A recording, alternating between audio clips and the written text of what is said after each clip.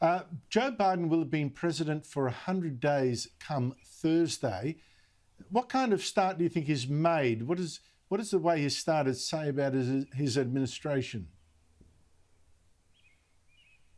Well, look, the 100-day mark is really significant in the United States, and that's why we are on the ground out in the middle of America. We're revisiting some of the people we met during the election campaign to discuss how they think the country is going and why it's really significant this time around, more than potentially any other 100-day mark in living memory, is the fact that this has been such a significant time of change in America, and it's been such a stressful time with the coronavirus pandemic. So Joe Biden's delivered on some of those promises, including having more than 100 million shots in arms of the COVID vaccine. That's in the last few days just surpassed 200 million. So that's been extremely successful. But we've been here in Iowa speaking to schools because that's been one of the real challenges, and that's where they're not really hitting their target, depending on how you interpret that, because so many schools across the country are still closed. We've been speaking to schools on both sides of the Mississippi River in Iowa, and we also went and spoke to a superintendent in Illinois because they're still shutting their schools down. Some students haven't been in a classroom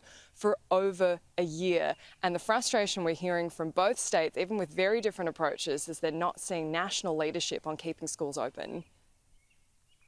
We feel somewhat of an abdication of responsibility at the federal level, at the state level, and that leaves it to the local level. And so people are yelling at us when we're really just as much, a victim of this whole thing as anybody else, but we're accessible.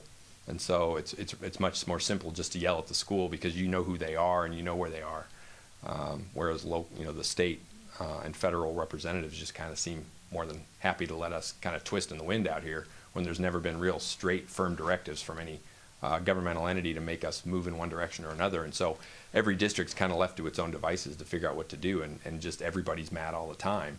And it's very frustrating because we really don't have any way to maneuver, and we don't really have any clear mandate from the government to tell us what to do. And so that's been very challenging, and I think it's going to result in a lot of people leaving the profession.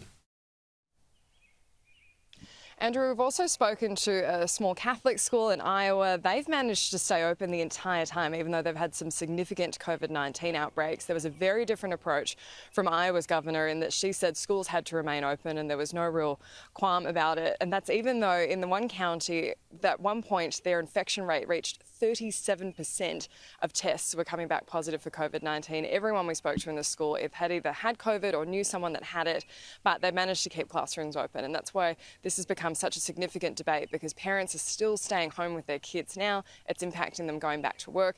And this is one of the serious challenges that the Biden administration is going to have to face. Not least to mention the fact that so many children have lost a year of their education effectively. I know they still do it online, but I don't think that's the same at all. Annelise, Nielsen, thank you so much for your time.